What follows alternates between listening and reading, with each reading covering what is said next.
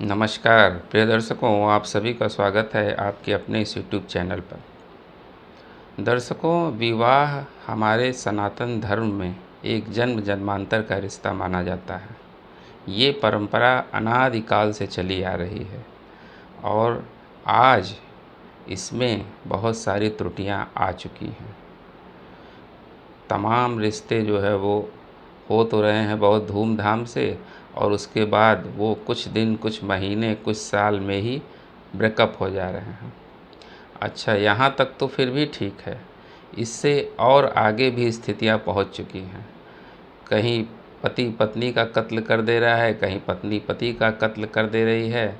ये इस तरह की समाज में विषाक्तता व्याप्त हो गई है, जो पूरे समाज के लिए एक चिंता का विषय है।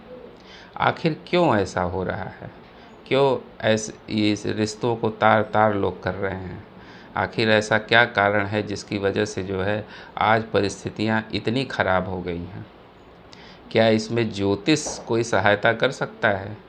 ज़रूर कर सकता है। एक्चुअली समय के आधुनिकीकरण के बढ़ते दौर में लोग ज्योतिष को नज़रअंदाज कर रहे हैं। अब शादियां ऐसे ही हो रही हैं। प्राचीन समय में शादियां जो होती थीं वो बिना कुंडली मिलान के अच्छी तरह से शादियां नहीं होती थीं, लेकिन आज जो परिस्थिति है, लोग ऐसे ही शादी कर लेते हैं।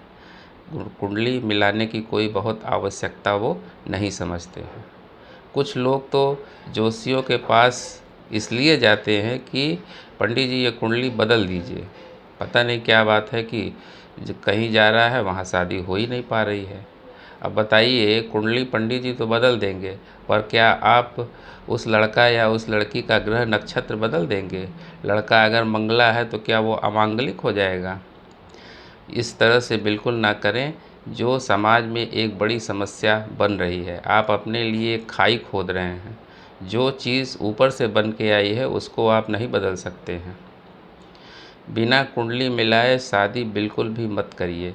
हमेशा कुंडली मिलाने से या तो कुंडली खुद मिला लीजिए, या अगर आपको ज्योतिष का ज्ञान है, और अगर नहीं है तो किसी ज्योतिषी से संपर्क ज़रूर करें, किसी अच्छे ज्योतिषी से, और अच्छी तरह से कुंडली मिलाएं, बल्कि क्रॉस चेकिंग करें। एक नहीं, दो तीन जगह मिलवाएं।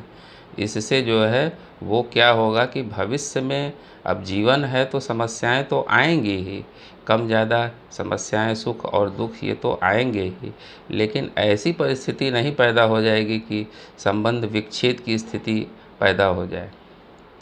कुंडली मिलाते समय ये ज़रूर देखें कि सप्तम भाव कैसा है, कहीं मांगलिक दोष तो नहीं है।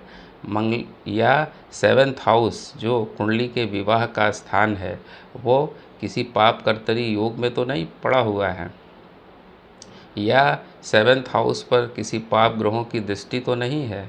कहीं लड़के की कुंडली में मांगलिक दोष है, लड़की की कुंडली में नहीं मांगलिक दोष है, तो मंगला लड़का या लड़की का शादी जो है वो गैर मांगलिक लड़का या लड़की से हो जाता है, लेकिन उसका भी काट होना चाहिए।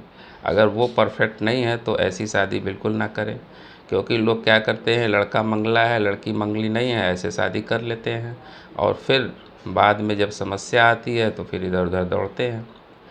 तो ऐसा काम बिल्कुल ना करें। जहां आप शादी में इतने लाखों रुपए खर्च कर रहे हैं, 2-4 हज़ार ऐसे खर्च करिए, लेकिन कम से कम उससे आपका भविष्य तो सुरक्षित रहेगा। बिना कुंडली मिलान के शादी बिल्कुल भी मत करिए।